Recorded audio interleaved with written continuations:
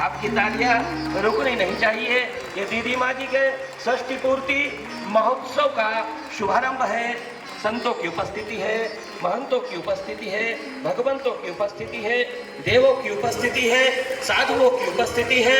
उपस्थिति वृंदावन में वात्सल्य ग्राम में समस्त षष्ठी का अद्भुत और अलौकिक प्रकल्प वात्सल्य ग्राम, और वात्सल्य ग्राम में हम सभी आज दीदी माँ जी के षष्ठी पूर्ति महोत्सव को प्रारंभ करने के साक्षी बन रहे हैं। संत तो साक्षात तीर्थ है, और अगर तीर्थ में संतों के साथ समागम का अवसर मिले, सानिध्य का अवसर मिले, तो ये परम सौभाग्य का विषय है। आज हम पूज्य दीदी माँ साध्वी रिकम्बरा जी की षष्ठी पूर्ति पर यहाँ आए हुए हैं। मेरा उनसे परिचय तो बहुत बाद में हुआ, परंतु मैं बताना चाहता हूँ, श्री राम जन्मभूमि आंदोलन प्रारंभ होने से पहले, यानी जब वो प्रखरता के साथ उभर रहा था, उससे पहले मैंने 88-89 में भी उनके भाषण सुने। अब मुझे ध्यान नहीं है कि उन्हें शायद याद हो, न याद हो, लखनऊ के दयानंद गांधी पार्क में उनका 89 में एक बड़ा ओजस्वी भाषण हुआ। उसके बाद मुझे याद है 1987 की अयोध्या की रैली, जो ताला खुलने के बाद मंदिर संकल्प के लिए हुई। और अभी आपका मैंने एक टीवी चैनल के ऊपर इंटरव्यू देखा, जिसमें कि आपने वही पंक्ति दोहराई थी जो हम लोगों के उस समय मन में एकदम प्रतिध्वनित हो रही थी कि जन जन के मन में राम रमे और प्राण प्राण में सीता है, हर हृदय की धड़कन रामायण पग पग पर बनी सुनता है। यदि राम नहीं है श्वासों में तो प्राणों का घट बीता है। 75वें वर्ष से 100वें वर्ष में प्रवेश करेगा, और मैं इसे बहुत सुखद संयोग मानता हूं कि दीदी माँ जी की षष्ठी पूर्ति अमृत काल के प्रथम काल अर्थात उषा काल में हुई। वैसे श्री राम जन्मभूमि का जी प्राण प्रतिष्ठा जो हो रही है, मैं कोई बहुत बड़ा ज्ञाता नहीं हूं, पर थोड़ा सा जो मुझे जानकारी है, उस दिन सर्वार्थ सिद्ध मुहूर्त भी है और अमृत मुहूर्त भी है और द्विपुष्कर योग भी है। और द्विपुष्कर योग में कहा जाता है कि दोहरा लाभ मिलता है, तो एक लाभ तो मिल ही गया है, और आगे जो इच्छा करी हो मनमानी, हरि प्रताप कुछ दुर्लभ नहीं। हो सकता है अन्य भी कन्या कई इच्छाओं की पूर्ति इनके द्वारा होनी हो। यहाँ मैं फिर एक और बात याद दिलाना चाहता हूँ कि इस समय जो परिवर्तन देश में हुआ, ये सिर्फ संयोग नहीं, ये देवयोग भी होगा। मैं पहले भी बात बोल चुका हूं कि 9 नवंबर 1989 को जिस दिन शिलान्यास हुआ था श्री राम जन्मभूमि का, उस दिन देवोत्थानी एकादशी। 30 अक्टूबर 1990 को जिस दिन अयोध्या में गोलियां चली थी, परिंदा नहीं पर मार पाएगा वाला, फिर 2 नवंबर को गोलियां चली थी। 30 अक्टूबर 1990 को भी देवोत्थानी एकादशी थी, और इसे संयोग मानिए या दैव योग मानिए कि 9 नवंबर 2019 को जिस दिन सर्वोच्च न्यायालय का जजमेंट आया, उस दिन भी 8 और 9 नवंबर को देवोत्थानी एकादशी। अब मानो तो मैं गंगा में हूं, ना मानो तो बहता पानी, परंतु जो समझ सकता है उसे समझना चाहिए कि यह दैव योग क्या था। मैं यह भी कहना चाहता हूं कि बहुत से लोग हम लोगों से टीवी डिबेट में बहुत बोलते थे कि भाजपा वाले आ गए, कहते हैं रामलला हम आएंगे, मंदिर वहीं बनाएंगे, पर तारीख नहीं बताएंगे।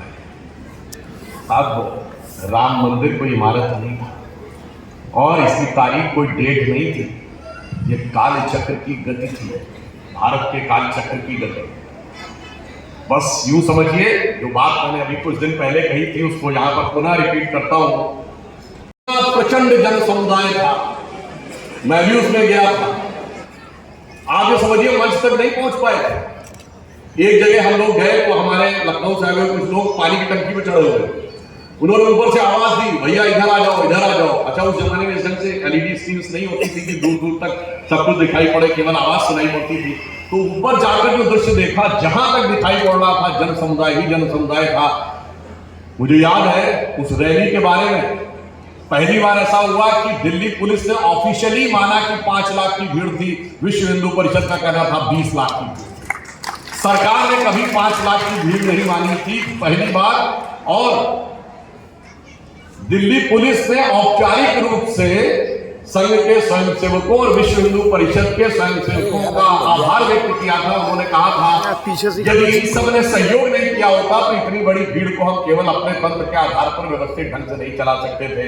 और उसमें मुझे याद है ऋतंभरा जी का वो भाषण, जब उन्होंने कहा था श्री राम जन्मभूमि के विषय को लेकर कि भारत की है राम आत्मा, प्राणों से भी प्यारा है, गली गली में गूंज उठा मां भगवती का जयकारा है, और कहो गर्व से हम हिंदू हैं। तो सारा समुदाय कहता था हिंदुस्तान हमारा है। वो जो हम लोगों ने अनुभव किया वो अपने आप में एक अलग अनुभूति थी। स्मराइज हो गए थे। और ऐसे लोग मतलब जिनकी की हिंदी भी बहुत अच्छी नहीं थी, दक्षिण भारतीय थे और वहां रहते थे, मेरे बगल में बैठे थे, आंध्र प्रदेश के लोग थे, वो जिस ढंग से अभिभूत हो गए थे वो दर्शाता था कि श्री राम जन्मभूमि आंदोलन के साथ किस प्रकार से प्राण के साथ उन्होंने जो कार्य किया। मैं कहना चाहता हूं कि वो दौर बड़ा कठिन था, इतना आसान नहीं था। हम लोग बच्चे थे मगर इतना तो हम लोगों ने देखा है, स्कूल से यूनिवर्सिटी की तरफ जा रहे थे, तब तो ये थोड़ी था कि ये कोई टाइटल सूट है। तब तो ये था कि राम हुए थे कि नहीं, पहले तो साबित करो, अयोध्या यही हुई थी कि नहीं ये साबित करो। और हम लोग एकदम अकेले थे। परंतु आज मैं उनकी षष्ठी पूर्ति पर उनको समर्पित करते हुए महादेवी वर्मा जी की वह कविता की पंक्ति मुझे याद आती है कि दूसरी होगी कहानी, शून्य में जिसके मिटे स्वर, दूध में कोई निशानी। दूसरी होगी कहानी, शून्य में जिसके मिटे स्वर, दूध में कोई निशानी। पर आज जिस पर प्रलय विस्मित मैं लगाती चल रही नित, चिंगारियों की हाट और विद्युत शिखाओं का ये मेला, पंथ होने दो अपरिचित प्राण रहने दो। और आज भी संयोग देखिए, षष्ठी पूर्ति पर ईश्वर ने कैसी कामना पूर्ति की है। तो भारत का फॉरेन एक्सचेंज रिजर्व 1 बिलियन के नीचे था, अर्थव्यवस्था ध्वस्त हो गई थी, सोना गिरवी रखना पड़ा था। अप्रैल 1991 में 2-2 बार रुपए का अवमूल्यन हुआ था, जुलाई और अगस्त 1991 में। और उसी समय विवादित ढांचा भी टूटा था और अर्थव्यवस्था का पुराना नेहरूवियन मॉडल भी ध्वस्त हुआ था।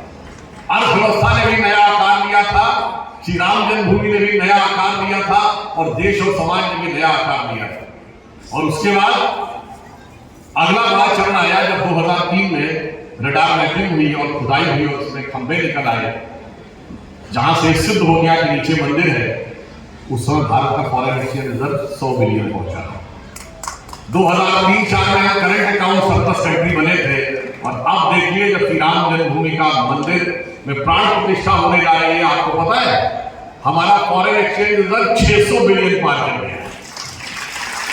हम विश्व की सबसे तेजी से बढ़ती अर्थव्यवस्था है, सारे G7 कंट्रीज में सबसे ऊपर है। और भगवान ऐसे ही सबको नहीं देते।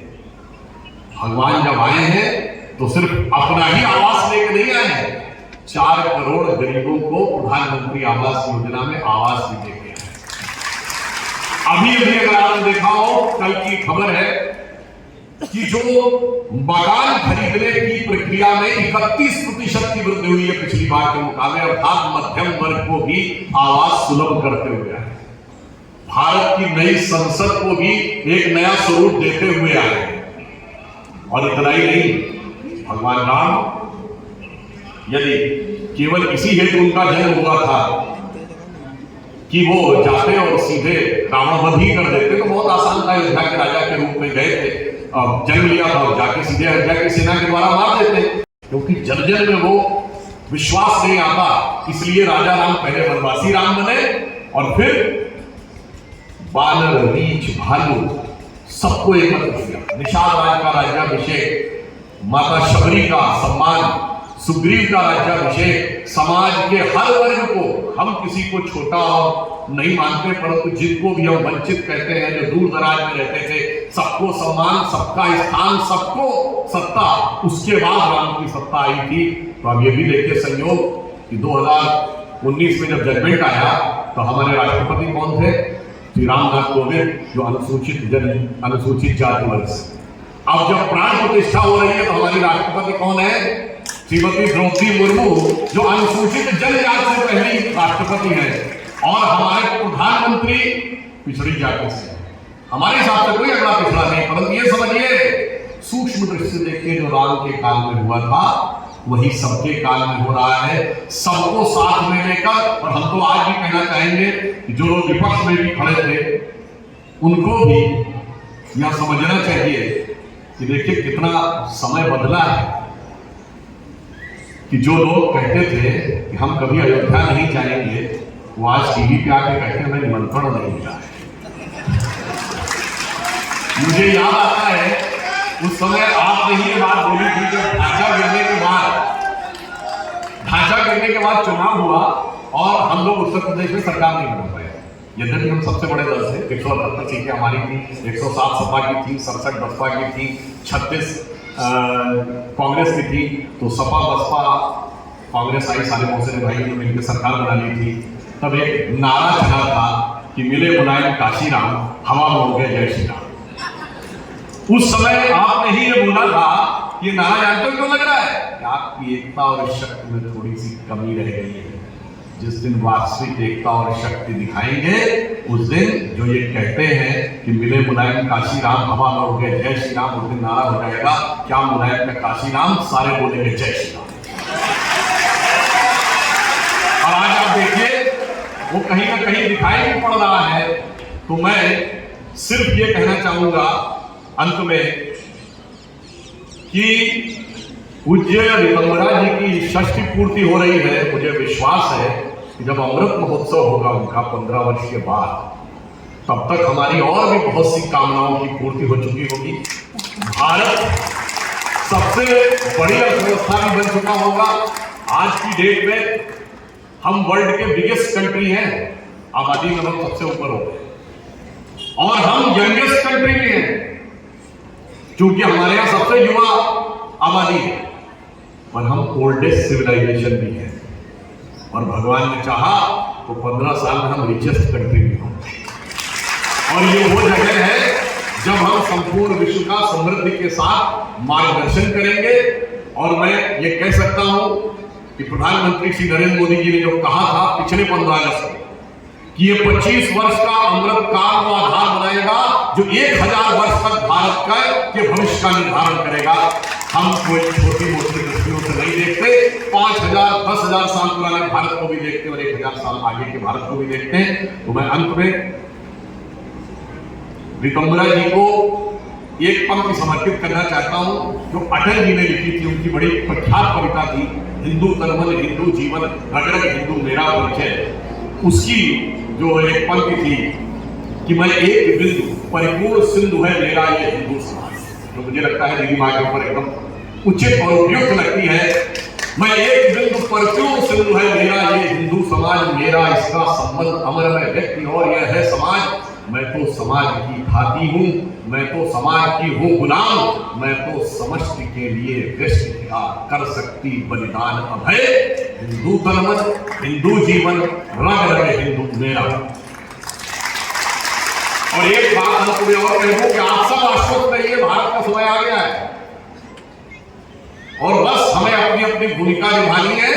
भारत मां अंगड़ाई लेती, सुप्त चेतना जाग रही और ऋषि मुनियों की देवधरा फिर अपना रूप संवार रही। धन्यवाद। देवभूमि उत्तराखंड में केदारनाथ जी का नवनिर्माण हो, का शिलान्यास हो, ये सारे के सारे काम आज हमारी सनातन संस्कृति का संरक्षण।